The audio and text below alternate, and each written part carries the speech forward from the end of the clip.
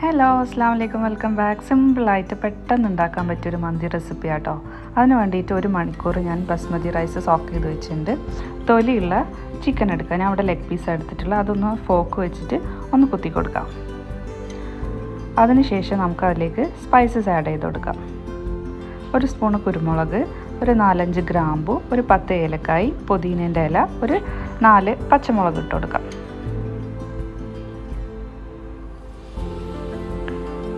ഇത് ചിക്കൻ്റെ ക്വാണ്ടിറ്റിക്ക് അനുസരിച്ച് മാറ്റിയെടുക്കുക കേട്ടോ. തൊലി ഇല്ലാത്ത ചിക്കൻ ആണെങ്കിലും കുഴപ്പമില്ല. ഇതിലേക്ക് ഞാൻ 3 മാഗി ക്യൂബ് എടുത്തിട്ടുള്ള അത് നല്ലോണം ഉടച്ച് ചേർത്ത് കൊടുക്കാം. ഒരു ബൗളിൽ ഒരു 1/2 കപ്പ് സൺഫ്ലവർ ഓയിൽ ആഡ് ചെയ്ത് കൊടുക്കാം. 1.5 സ്പൂണ് അറബിക് മസാല ആഡ് ചെയ്യാം. ഇതിൻ്റെ ലിങ്ക് ഞാൻ ഡിസ്ക്രിപ്ഷനിൽ കൊടുക്കാം. മുന്നൊരു വീഡിയോ ചെയ്തിട്ടുണ്ട്. നന്നായിട്ട് മിക്സ് ചെയ്തെടുക്കുക. ഇതിൽ വേറെ ഉപ്പൊന്നും എക്സ്ട്രാ ആഡ് ചെയ്യേണ്ട ആവശ്യമില്ല. ഓൾറെഡി മാഗി ക്യൂബിൽ ഉപ്പുണ്ടാവും. ഇനി നമുക്ക് ഒരു ലോ ടു മീഡിയം ഫ്ലെയിമിലിട്ടിട്ട് കുക്ക് ചെയ്തെടുക്കാം. ഇതിലേക്ക് ഞാനൊരു ഉണക്ക നാരങ്ങയും കൂടെ വെച്ച് കൊടുക്കുന്നുണ്ട് കേട്ടോ. ഇടയ്ക്കൊന്ന് തിരിച്ചൊക്കെ ഇട്ട് കൊടുക്കാം. ചിക്കൻ കുക്ക് ചെയ്യാൻ വെച്ചതിന് ശേഷം മാത്രം നമുക്ക് റൈസിനുള്ള വെള്ളം വെക്കാം. ആവശ്യത്തിന് വെള്ളം വെക്കുക. അതിലേക്ക് സ്പൈസസ് ഒരു 2 ബേ ലീവ്സ്, ഗ്രാമ്പു, ഏലക്ക, പട്ടയൊക്കെ ഇട്ട് കൊടുത്തതിന് ശേഷം കുറച്ച് ഓയിൽ ആഡ് ചെയ്ത് കൊടുക്കുക. കുറച്ച് അധികം ഉപ്പിട്ട് കൊടുക്കുക, കാരണം നമ്മളത് ഊറ്റിയെടുക്കുക ചെയ്യുന്നത്.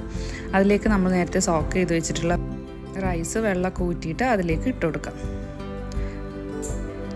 ഒരു ഹാഫ് വേവ് ആയാൽ മതി റൈസ്. അധികം വെന്തുടഞ്ഞു പോകരുത്. ഒന്ന് ഇടയ്ക്കിടയ്ക്ക് നോക്കി കൊടുക്കുക.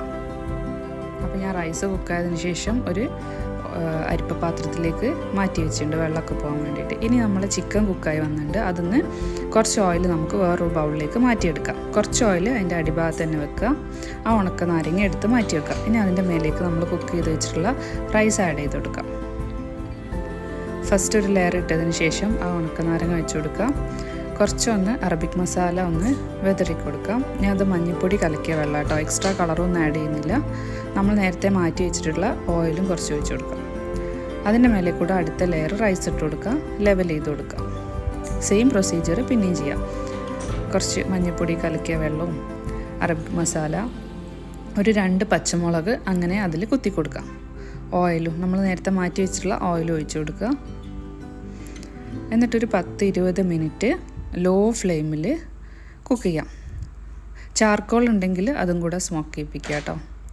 ഇപ്പോൾ 10-20 മിനിറ്റ് കഴിഞ്ഞിട്ടുണ്ട്. നല്ല സ്മെല്ല് വരുന്നുണ്ട് കേട്ടോ. മിക്സ് ചെയ്ത് കാണിച്ചു തരാം. കണ്ടാരിയൊക്കെ നല്ല വിട്ട് നിൽക്കുന്നുണ്ട്. ഈ ഒരു വേവാട്ടോ കറക്റ്റ്. ഓവർ വെന്തുടഞ്ഞു പോകരുത് മന്തി റൈസ്. കളർ ആഡ് ചെയ്യേണ്ടവർക്ക് ആഡ് ചെയ്യാം. പെട്ടെന്നാവും കേട്ടോ. ആ റൈസ് സോക്ക് ചെയ്ത് വെക്കുന്ന ആ ഒരു ടൈമേ നമുക്ക് വേണ്ടുള്ളൂ. അപ്പോൾ എല്ലാവരും ഇഷ്ടപ്പെട്ടാൽ ട്രൈ ചെയ്ത് നോക്കുക. Thank you for watching.